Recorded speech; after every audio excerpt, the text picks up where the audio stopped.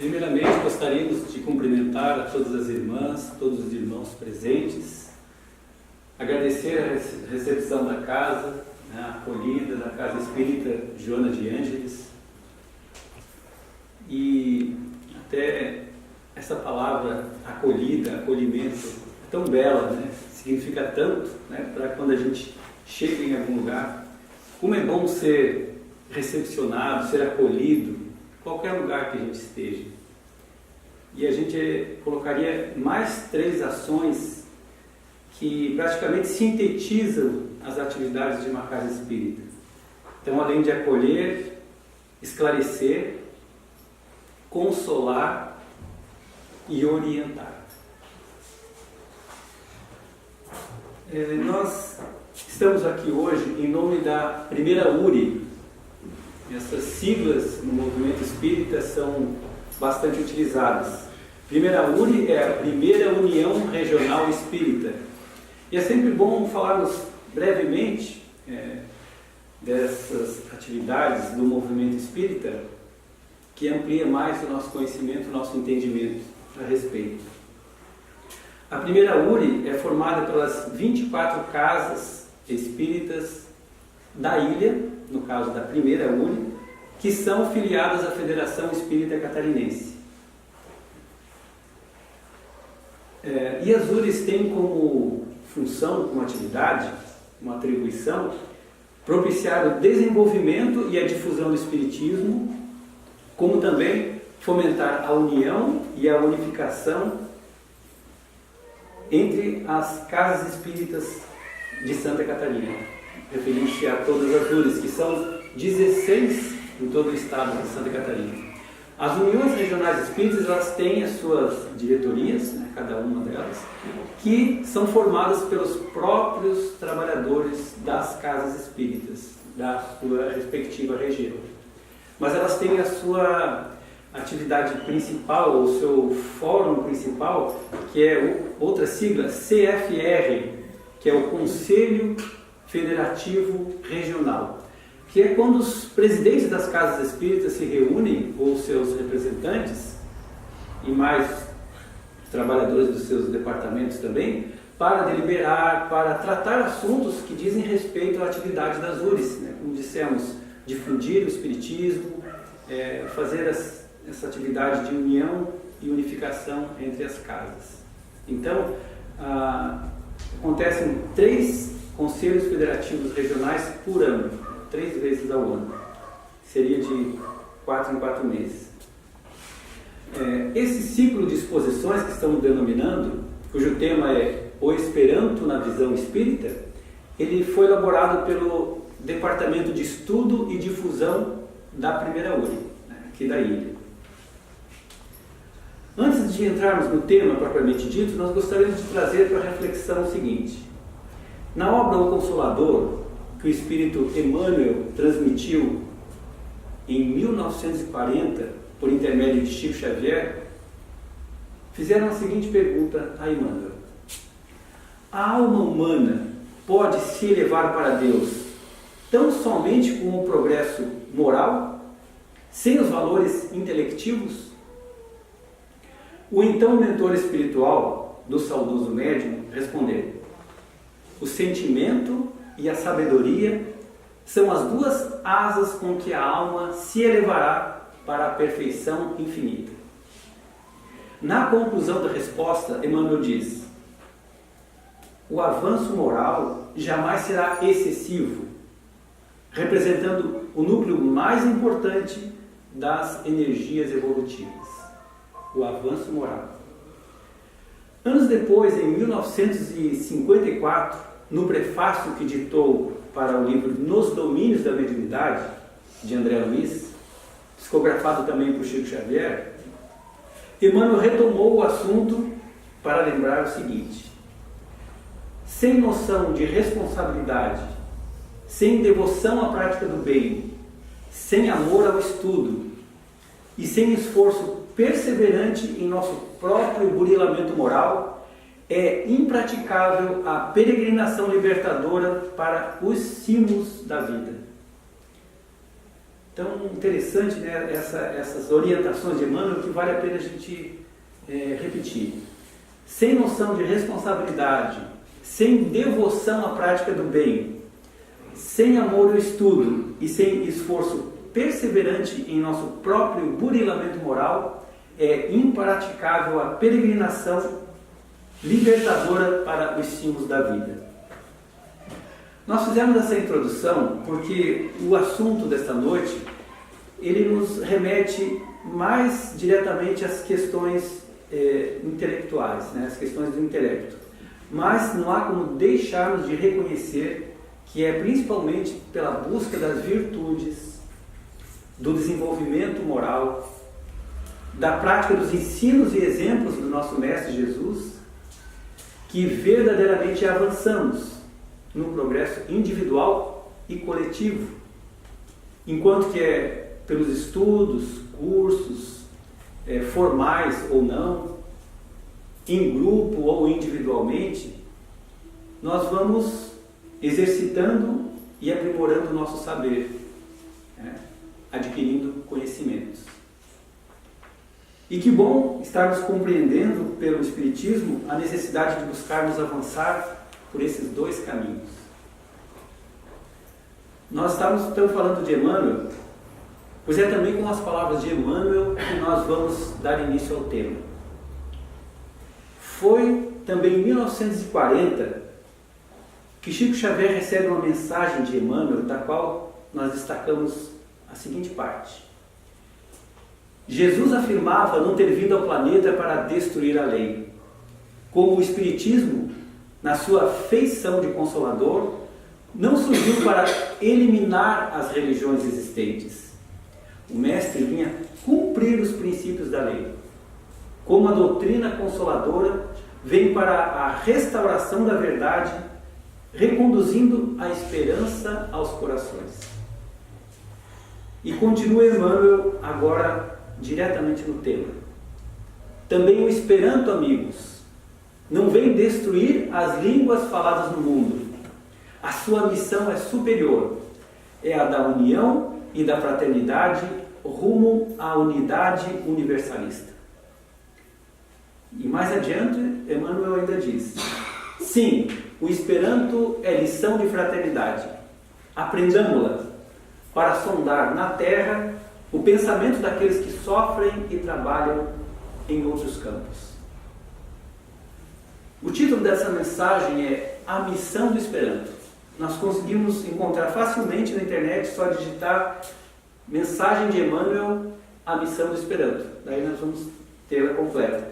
A gente tem uma impressa para termos uma ideia. Então, são essas duas colunas, né, um pouquinho extensa, então a gente destacou essa parte para trazer nessa noite. Mas também nós podemos encontrar essa mensagem, a Missão do Esperanto, de Emmanuel, na bibliografia espírita.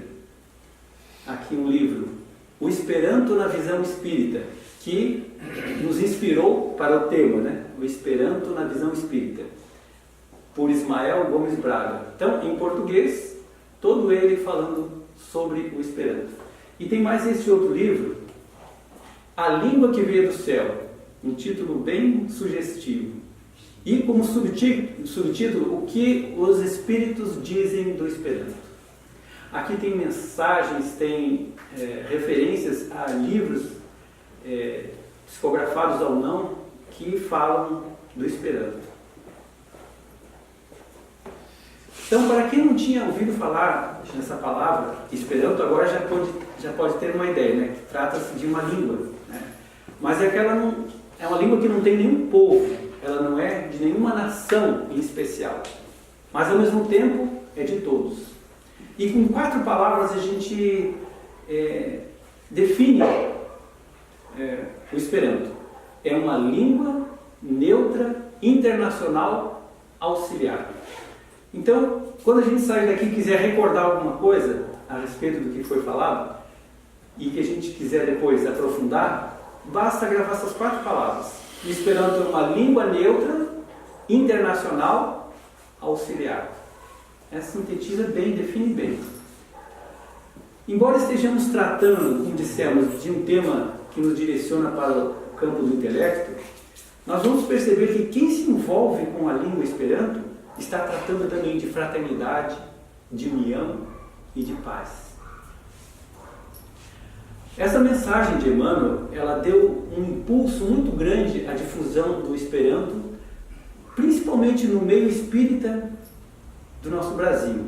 É certo que desde as décadas de 1910, 1930, 1940, já vinha sendo divulgado o Esperanto no meio espírita, no movimento espírita brasileiro.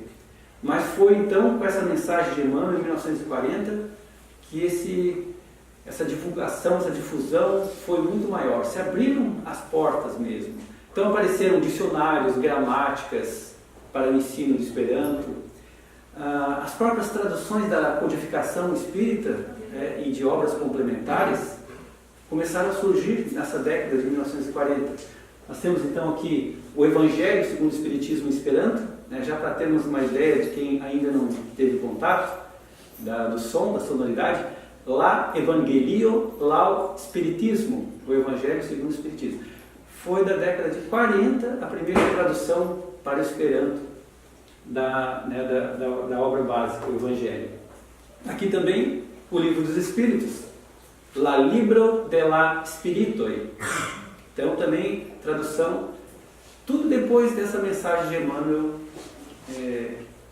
com o título A Missão do Esperanto.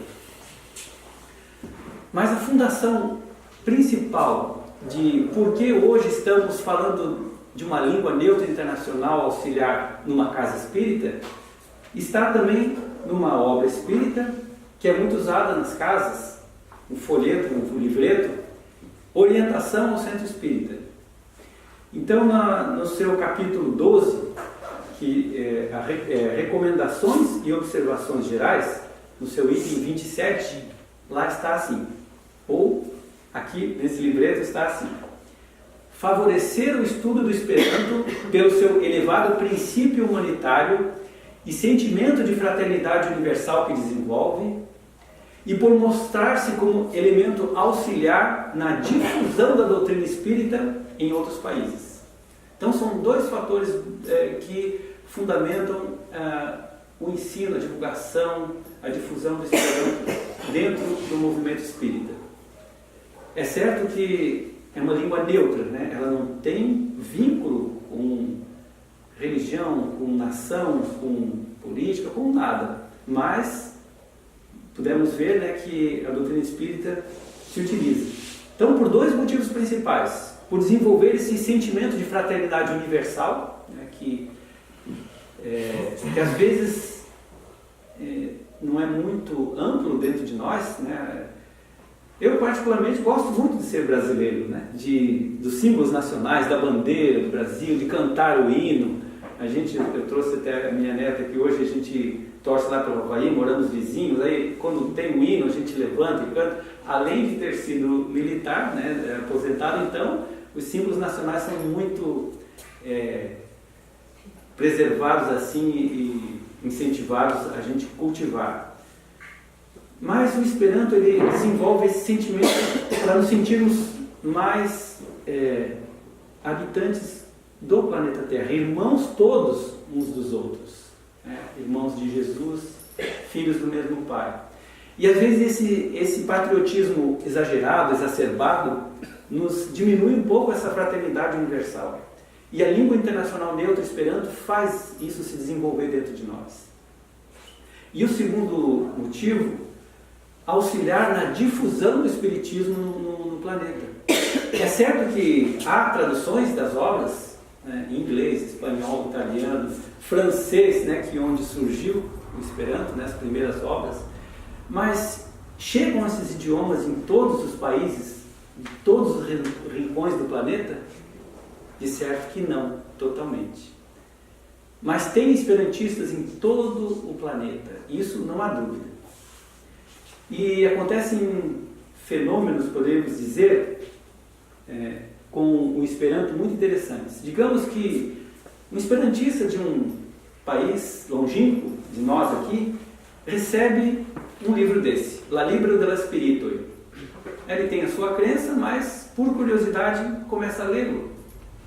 Tem uma editora aqui no Brasil, no Rio de Janeiro, que encaminha livros espíritas, é uma editora espírita, esperantista, a editora Lorenz, encaminha livros esperantistas para o mundo inteiro gratuitamente.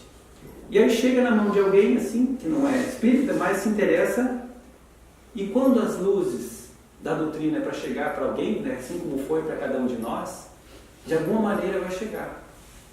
E digamos que esse esperantista se torne simpático e futuramente espírita por meio de um livro, né, em Esperanto. Alguns fazem ainda mais, fundam instituições espíritas nas suas cidades, nos seus bairros, depois de ter lido uma obra em Esperanto, né, uma obra espírita. Outros fazem ainda mais. Depois que está começando a difundir o Esperanto na sua região, no seu país, conseguem traduzir para o idioma do seu país as obras espíritas. Então aqui o Esperanto ficou como uma língua ponte. Então vejam a importância da língua neutra internacional Esperanto na difusão do espiritismo pelo planeta. O espiritismo não veio só para os franceses, assim como não veio só para os brasileiros, ou os países onde esses idiomas são traduzidos, as obras, veio democraticamente para o mundo inteiro, não é? Então, o Esperanto tem sido um instrumento de difusão do espiritismo importantíssimo. A história do início do Esperanto, ela confunde-se com a história do seu criador, Lázaro Ludovico Zamenhof. Em polonês é Ludwig Laser Zamenhof. Ele nasceu em 15 de dezembro de 1859, numa cidadezinha da Polônia chamada Białystok, no nordeste da Polônia.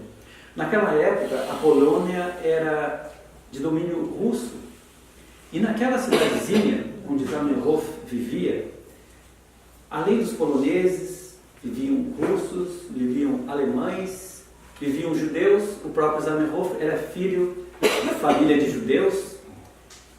E desde a infância, Zamenhof começa a perceber que esse grande número de comunidades de nacionalidades diferentes, né, de etnias, de origens diferentes, provocava, primeiro, a dificuldade de comunicação.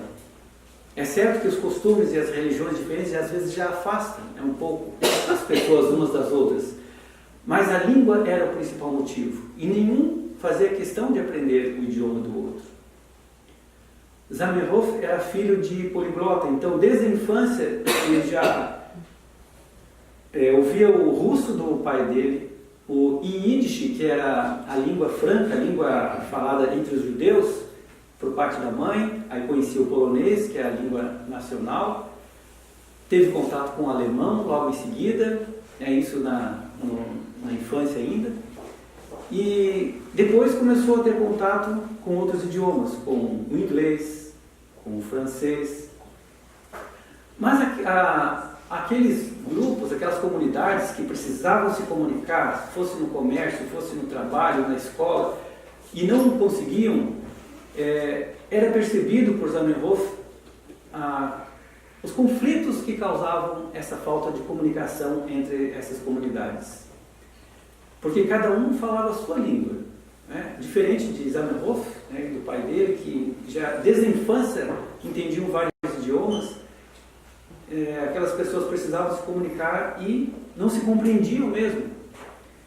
E ainda criança, Zamenhof percebia essa dificuldade. Em uma obra biográfica de Zamenhof consta assim: o menino Lázaro, com apenas 6 anos de idade, já se constrangia e se indagava ao assistir a discussões e contendas que terminavam em lágrimas, sangue e até mesmo em mortes violentas. Essa impressão terrível não mais se apagaria de sua mente. Então, com 6 anos de idade, Zamenhof já percebia isso. O que a dificuldade de compreensão entre as pessoas, se já existe entre pessoas de uma mesma nação de uma mesma língua, imagine quando não se conseguem sequer se entender conversando. Na adolescência, Zamenhof começou a ter a ideia de que pudesse existir uma língua neutra para entendimento entre aquelas comunidades.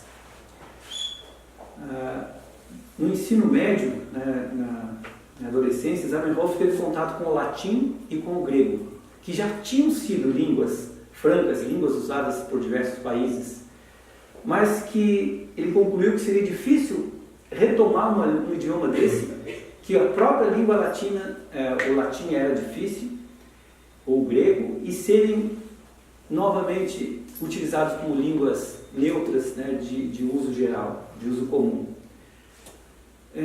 Ainda no ensino médio, já morando na capital da Polônia, Varsóvia, Zamenhof refletia sobre a possibilidade da criação de uma língua neutra internacional. E foi com muita dedicação, com seus conhecimentos linguísticos, a sua genialidade, que em dezembro de 1878, antes de completar 19 anos, Zamenhof lança a primeira versão da língua neutra, ou língua universal, como também era chamada. Assim está no relato biográfico. No dia 5 de dezembro de 1878, ele e um grupo de 6 ou 7 colegas de escola festejaram o nascimento da língua internacional. Então foi um protótipo, foi uma primeira tentativa, né, de Zamenhof de auxiliar, né, de resolver esse problema que a língua provocava. Foi um ensaio, né, que Zamenhof fez. Há outras passagens muito interessantes da vida de Zamenhof, como esta. Terminando o ensino médio, em 1879, Zamenhof foi mandado para Moscou, onde iria estudar medicina. Porém, antes de seguir, né, para Moscou, o jovem Zamenhof teve que prometer ao pai que abandonaria a ideia da língua universal, pelo menos provisoriamente, até terminar o curso de medicina. E teve que entregar para o seu pai, naquele dia, os cadernos que continham os originais. Então ele iria fazer um curso não muito fácil, né, medicina, numa cidade distante, e ele combinou, fez um acordo com o pai, que enquanto ele estivesse cursando a medicina, ele deixou com o pai dele os originais, os manuscritos, e não iria se envolver com a língua. Sobre a sua estada em Moscou, mais adiante, Zamenhof disse: meus colegas em Moscou eram representantes de muitas raças diversas, e isso reforçou em mim a ideia de trabalhar por uma família humana unida, por uma humanidade unida. Então, aqui já concluímos que Zamenhof tinha ampliado a sua ideia, não só de resolver aquele problema da sua comunidade, da sua cidade, né, para que eles se entendessem e pudessem seguir a vida com mais compreensão mútua, mas ele já tinha uma ideia mais ampla, que o Esperanto pudesse servir para a humanidade. E aqui vem uma passagem que poderia não ter um final muito feliz, que nos faz lembrar aquele ditado: há males que vêm para bem. Seus pais não puderam mantê-lo em Moscou e fizeram-no regressar a Varsóvia, e Zamenhof contava então com 22 anos de idade. Durante seu afastamento, seu pai, prudente e rigoroso, por amor ao seu filho, temendo por seu futuro, queimou todos os manuscritos sobre a língua internacional. Vejam só, queimou todos os originais de Zamenhof, tudo feito à mão, vários cadernos. Mas Zamenhof não se abalou, muito menos se revoltou. Demonstrou as suas qualidades de um espírito elevado que era, e também as suas qualidades intelectuais, suas capacidades intelectuais. Ele lembrava de tudo que havia escrito e começou a reescrever o seu projeto. Então, nesse momento, ele desfaz aquele acordo de só pegar no projeto da língua quando terminasse o curso de medicina. Então ele desfaz com o pai dele, porque também não estava num acordo de ser queimado, né, os manuscritos todos. Ele desfaz o acordo e começa a reescrever o seu projeto de língua neutra. Trabalhou durante vários anos. Enquanto fazia os seus estudos de medicina na Universidade de Varsóvia, e depois acabou se formando e se especializando em oftalmologia. E foi então que em 1887, com 28 anos, Zamenhof finalmente lança a língua internacional. E não mais somente para aquelas comunidades da sua pequena cidade, Białystok, mas para toda a humanidade. Hoje, passados mais de 130 anos do surgimento do Esperanto, a realização do sonho de Zamenhof prossegue, no ritmo que a própria evolução da humanidade permite, para se tornar a segunda língua de todos os povos. Então, existe um slogan que diz assim, para cada povo o seu idioma, e o Esperanto para todos os povos. É certo que quando nós aprendemos uma língua a mais, um idioma a mais, nós estamos quebrando uma barreira linguística, não é? A gente se comunica com aquelas pessoas do idioma que aprendemos, estejam onde estiverem no planeta. Quando a gente aprende 2 idiomas a mais, além do nosso pátrio, a gente está quebrando 2 barreiras linguísticas. E assim por diante, 3 idiomas, ainda mais. E tem os poliglotas que conhecem e muitos dominam 4, 5 idiomas. Mais um detalhe, com o Esperanto, a gente quebra todas essas barreiras linguísticas de uma vez só. Então vejam a importância de uma língua neutra internacional auxiliar. É auxiliar porque ela não pretende substituir os idiomas pátrios. Pelo contrário, ela ajuda a preservar, e que não haja assim, imposição do idioma de um país de uma grande potência assim, em outros de países menores, e assim diminuindo a sua cultura, o uso da sua língua.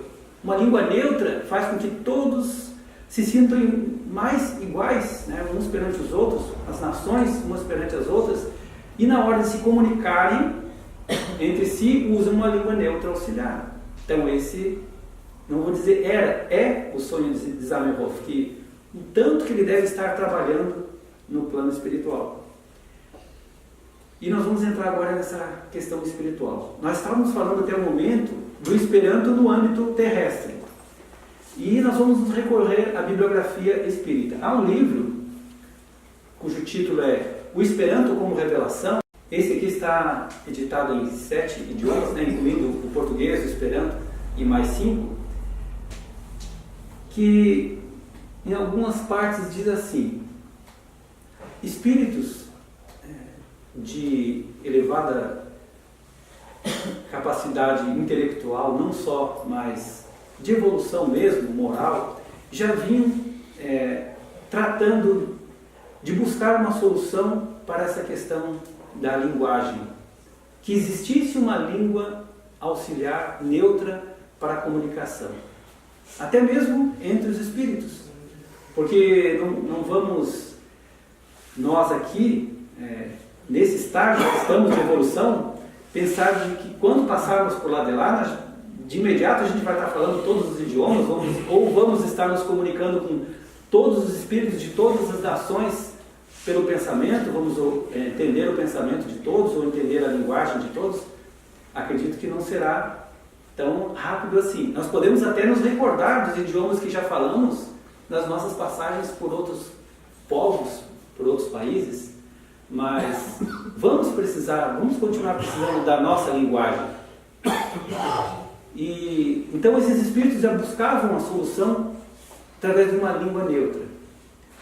E estava difícil essa solução. E foi esse espírito iluminado que depois chamou-se Zamenhof, aqui conta nesse livro, Esperanto como Revelação, que durante quase meio século, auxiliado por diversos especialistas em linguagem, nas questões dos idiomas, durante quase meio século, Zamenhof trabalhou e desenvolveu no plano espiritual essa língua neutra. Então depois Zamenhof reencarna para trazer o Esperanto para o plano terrestre. Então aqui, entre nós espíritas, podemos, assim, com tranquilidade, com alegria, falar sobre essas questões espirituais. Se estivéssemos falando do Esperanto em outro ambiente não espírita, já não poderíamos nos expressar dessa forma. Então, trazemos a bibliografia espírita, e foi o espírito Francisco Valdomiro Lorenz, cuja editora do Rio de Janeiro foi em homenagem a ele, que depois de desencarnado trouxe esse livro, essas mensagens, e o título do livro ficou O Esperanto como Revelação.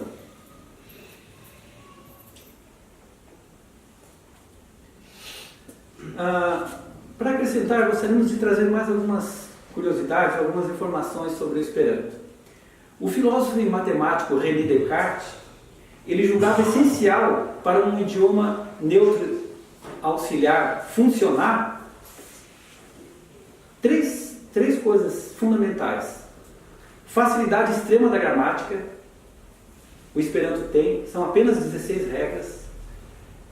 Unidade e imutabilidade do valor fonético das letras. O que é isso? No português a gente não tem em algumas letras, em algumas fonemas, isso, que é uma letra ter só um som. Nós temos o S que vale Z, nós temos o X que tem dois ou três sons diferentes. Às vezes o E vale E, sem mesmo ter o acento, o O vale O. O meu nome é Sartori, poderia ser Sartori, porque não tem acento, mas é Sartori, que vem do italiano. Então o Esperanto não tem. Cada letra tem só um som, e cada som que a gente expressa no Esperanto, cada fonema, só tem uma forma de escrever. Então, unidade e imutabilidade do valor fonético das letras. Terceiro fator fundamental para uma língua neutra auxiliar funcionar é internacionalidade do vocabulário. Assim dizia René Descartes. O Esperanto tem exatamente isso, internacionalidade do vocabulário, porque ele foi criado, foi organizado, foi elaborado, não com palavras novas. Ele pegou dos principais troncos linguísticos as raízes, do significado das palavras, para formar a língua. Então, 60% é das línguas latinas, do nosso português, do espanhol, do italiano, do francês. 20% é das anglo-saxônicas, das anglo-germânicas, o inglês e o alemão. 10% das línguas eslavas. E os outros 10% das demais línguas. O Esperanto tem lógica, tem sonoridade, tem flexibilidade. Então, imaginemos a raiz de uma palavra, aí tem prefixos, tem sufixos e tem terminações. Se a gente aprende 1000 dessas subpalavras, vamos dizer assim, o radical, prefixo, sufixo e terminação, nós conseguimos formar 10.000 palavras em Esperanto. Então, o quanto facilita o seu aprendizado. Uns exemplos de palavras, lâmpada, lampo. Mesa, tablo, vem do inglês, não é? Table, vem da origem do inglês. Mão, mano. Camisa, chemizo. Todas terminam com o, perceberam? Porque o Esperanto tem a terminação o para o substantivo. Então, todas as palavras que terminam em o são substantivos. Adjetivos terminam em a. Bela, que é belo, bonito. Granda, é grande. Então, todos os adjetivos terminam em a. Para termos uma ideia, rapidamente da gramática. Estamos já nos encaminhando para o término. Então, gostaríamos de falar que a primeira União Regional Espírita desenvolve cursos básicos de Esperanto nas casas espíritas. Hoje são 6 casas das 24, da primeira URI, que têm cursos básicos regulares de Esperanto. Elas iniciam em março e terminam em novembro, início de dezembro. É feito um encontro no meio do ano também, já estamos no 6º encontro espírita esperantista, a gente costuma chamar assim. E é um curso de língua normal, temos livros didáticos, é variado. Hoje, para aprender o Esperanto nem precisa frequentar, porque autodidaticamente se aprende, tem cursos na internet, e a facilidade que o idioma apresenta também permite que se aprenda sozinho, porque hoje se costuma, hoje se pode ouvir nos cursos. Antes se aprendia, mas às vezes a pronúncia não se aprendia correta se a pessoa aprendesse sozinho. E hoje, pela internet, pelos áudios, está muito facilitado. A gente usa poesia, a gente usa canto para o ensino do Esperanto, assim como qualquer curso de idioma. Aqui vocês não estão vendo nenhum declamador, nem um cantor, mas eu vou fazer as duas coisas hoje. Vocês me permitem, eu tenho paciência. Então, só para demonstração da língua. La vivo estas bela, celumas stelo rela, dum tago varmasuno, dum nocto milda luno. Kai kio estas suno kai luno por latero, por nia coro estas la amo kai espero. A vida é bela, se brilha uma estrela clara. De dia o sol quente, de noite a doce lua. E o que são o sol e a lua para a terra, para o nosso coração, são o amor e a esperança. Então, um pequeno poemazinho para ajudar no aprendizado do vocabulário, para a gente se desembaraçar. Eu com o Esperanto que eu passei a vir aqui à frente, nunca tinha. Então, de 4, 5 anos para cá que a gente vem fazendo essa, não diria uma palestra, né? Uma divulgação da língua neutra internacional Esperanto. Um pouquinho de timidez, mas eu vou cantar. Vocês lembram da canção folclórica?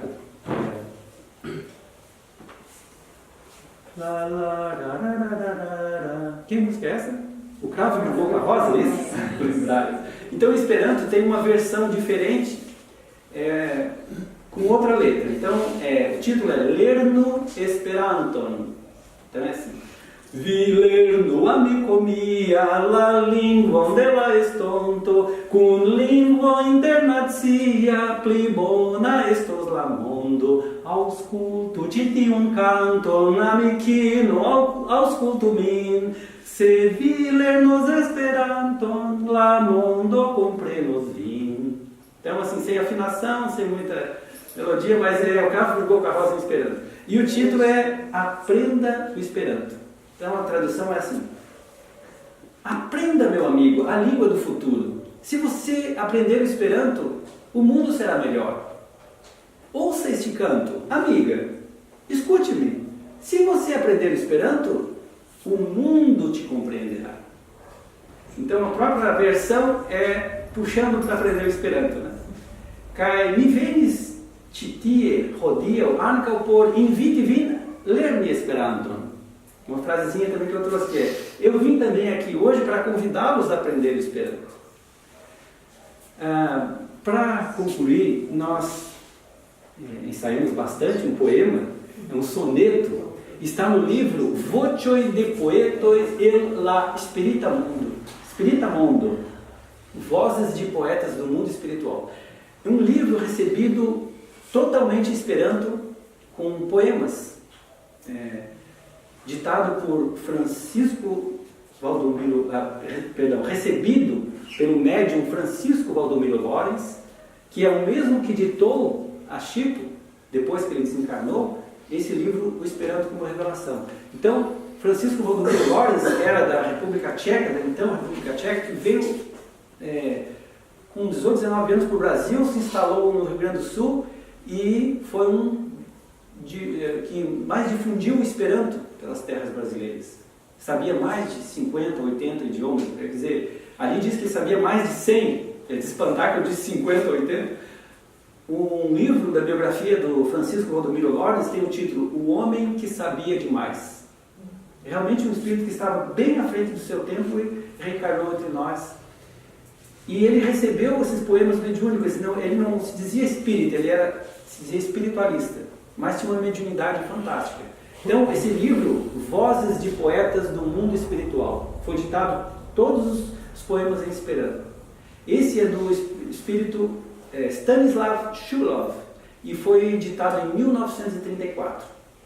O título é Vero, Bono, Kai Belo, a verdade, o bem e o belo. por vero lucto, cae con ciui fibroi de via cor, defendo din loiale.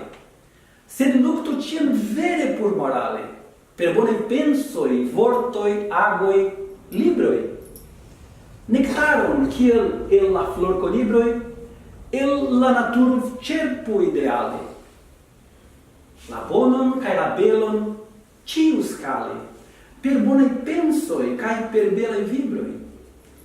Conservo ciam en pleno equilibrio la coron cae la menson, sen rivale, ilien vocioin chato ja egale.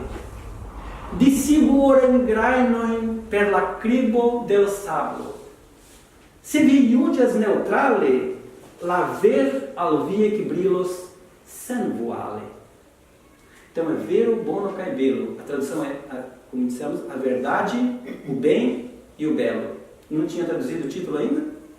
Tinha, né? A verdade, o bem e o belo. Então a tradução agora do soneto. Lute pela verdade e com todas as fibras do seu coração defenda-a com lealdade. Mas lute sempre com moral pura de verdade, com bons pensamentos, palavras, ações, livros. Assim como os colibris retiram o néctar das flores, colha da natureza os ideais do bem e do belo em toda a escala, com bons pensamentos e vibrações belas.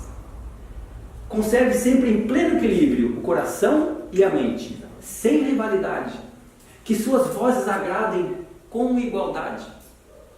Separe com a peneira os grãos de ouro da areia, e se julgas com neutralidade, a verdade brilhará sem obscuridade.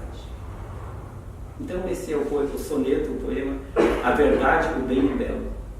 Queridas irmãs, queridos irmãos, que realmente possamos buscar, né, a verdade, o bem e o belo, em todos os lugares, em todos os ambientes, em todos os momentos da nossa vida. Né? Numa casa espírita, no nosso lar, no trabalho, na escola, na comunidade, mas que principalmente busquemos a nossa ligação cada vez mais próxima com o nosso Mestre Jesus. Sempre. Muito obrigado pela atenção, pela paciência, pelo carinho, pela acolhida da casa e até uma próxima oportunidade, se assim Deus permitir. Uma boa noite.